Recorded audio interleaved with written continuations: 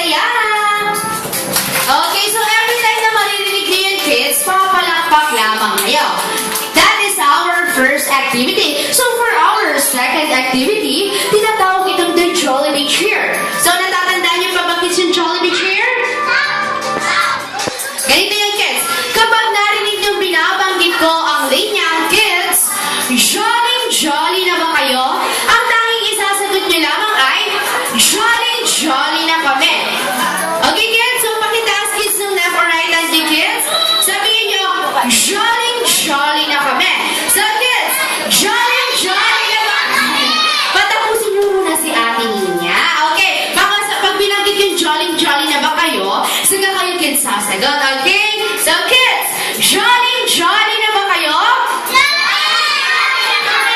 At dahil jolly na sila, dadako na tayo sa ating third activity. So for our third activity, may I invite you all to stand up. So tayo lahat kids kasi may ituturo kami ni Ate Jem na sayaw this afternoon.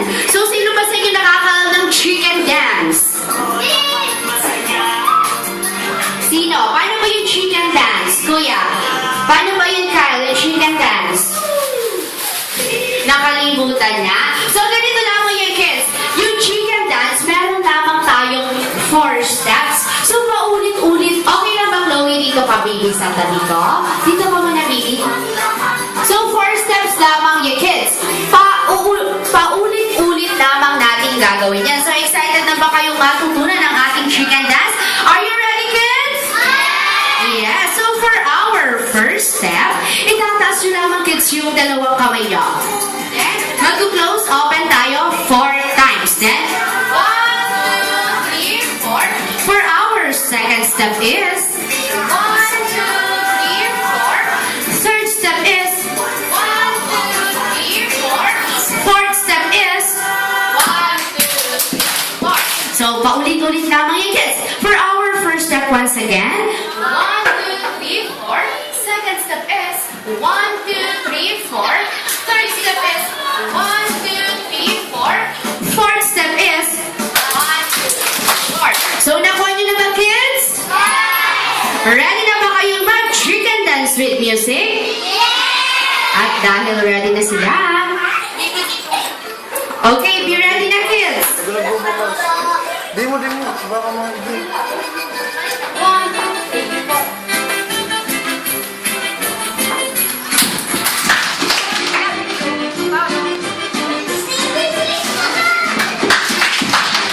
Pabilis talaga yan, kuya.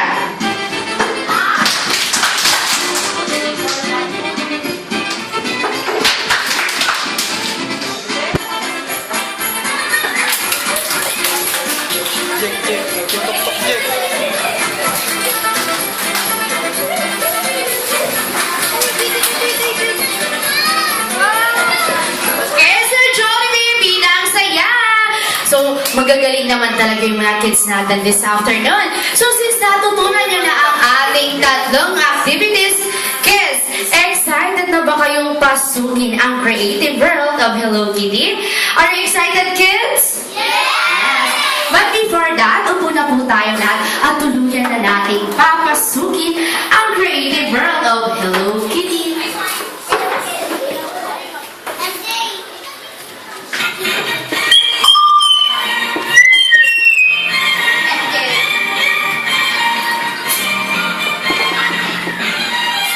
Nagtutok-tok.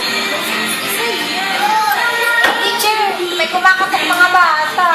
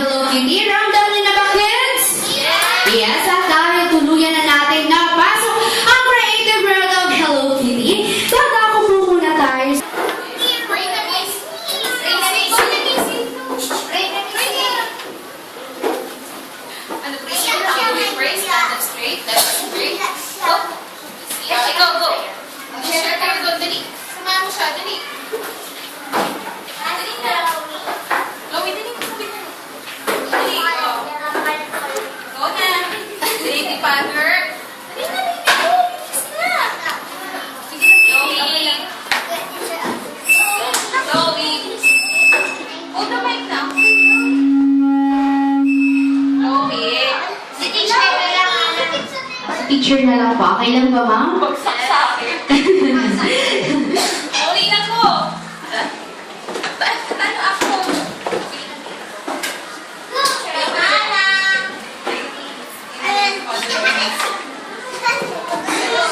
eyes now. Bow your head, kids. Kids, close your eyes and you pray.